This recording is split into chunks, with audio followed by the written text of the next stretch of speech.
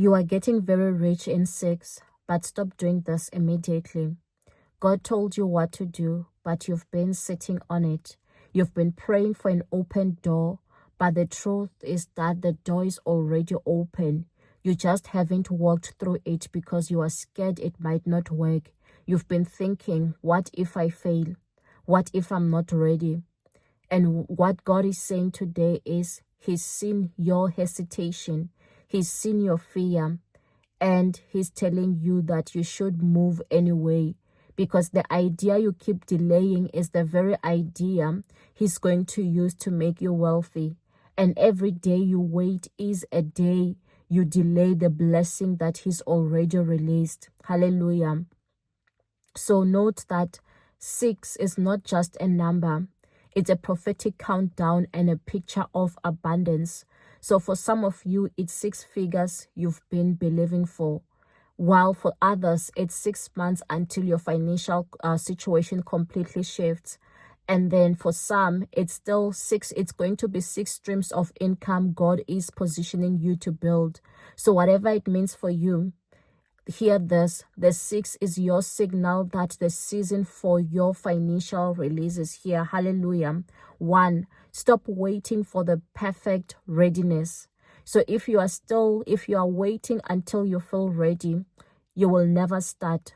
Readiness is not a feeling. It's a decision to move with what you have. So Isaac planted during famine, the book of Genesis chapter 26 verse 12, not the ideal time, but it was his appointed time. So stop waiting for perfect conditions. Wealth flows to action, not hesitation. 2, stop letting fear decide for you. Fear of failure is keeping many people in cycles of what if instead of I did it. If the idea fails, you will either make it work, make it work or find a better one. Either way, you are moving forward. Failure is not final, it's feedback. Wealthy people still fear failure, but they don't let it lead their decisions. Hallelujah. 3, stop giving up at the first obstacle. So Jacob could have quit when Laban cheated him and changed his wages 10 times.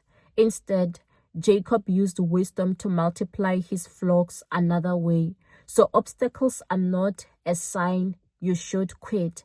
They are a sign that you should adapt.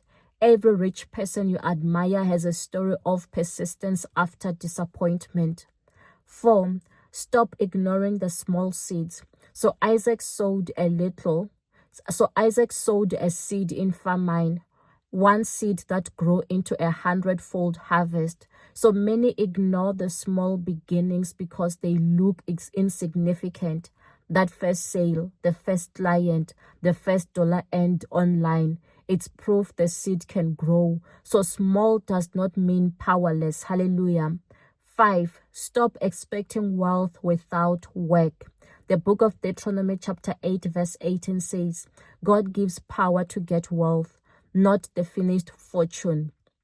So wealth requires a divine human partnership. God gives you the grace, you apply the grind. So sitting and waiting without moving is how seasons pass you by. Faith without works is dead, and so are dreams without action. 6, stop talking yourself out of God's assignment. The enemy will try to convince you that wealth is for other people. God assigned you this wealth not for vanity, but for impact, to bless families, to bless communities and nations.